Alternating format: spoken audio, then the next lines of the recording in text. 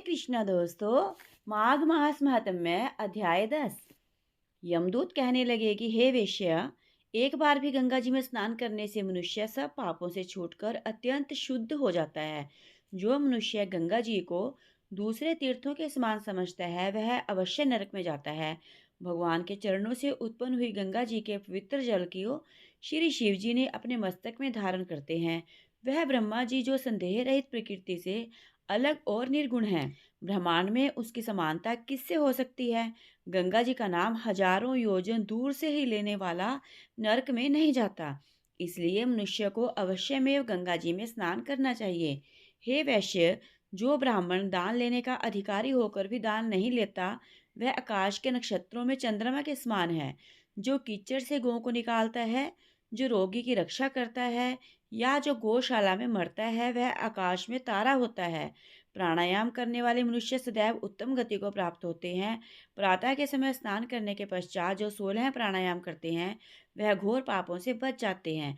जो प्राय स्त्री को माता समान मानते हैं वह यम की यातना को नहीं भोगते।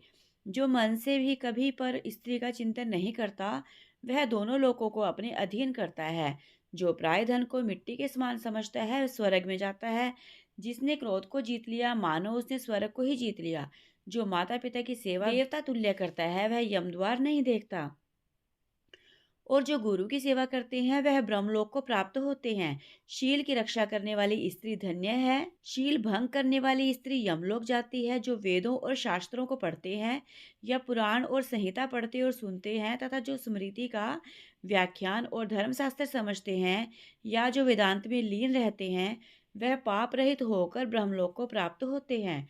जो अज्ञानियों को वेद शास्त्र का ज्ञान देते हैं वे देवताओं से भी पूजित होते हैं। यमदूत ने कहा कि वैश्य श्रेष्ठ यमराज ने हमको वही आज्ञा दे रखी है कि तुम किसी वैष्णव को मेरे पास मत लाओ। हे वैश्य, पापी लोगों को इस संसार रूपी नरक को पार करने के लिए भगवान की भक्ति के सिवाय दूसरा और कोई उपाय नहीं है। भगवान की भक्ति न करने वाले मनुष्य को चंडाल के समान समझना चाहिए। भगवान के भक्त अपने माता पिता दोनों के कुलों को तार देते हैं, उनको नरक में नहीं रहने देते। और जो मनुष्य वैष्णव का भोजन करते हैं वे भी भगवान की कृपा से श्रेष्ठ गति को प्राप्त होते हैं। बुद्धिमान को सदैव वैष्णव का अन्न खाना चाहिए। इससे बुद्धि पवित्र होकर मनुष्य पाप नहीं करता। गोविंदाय नमः।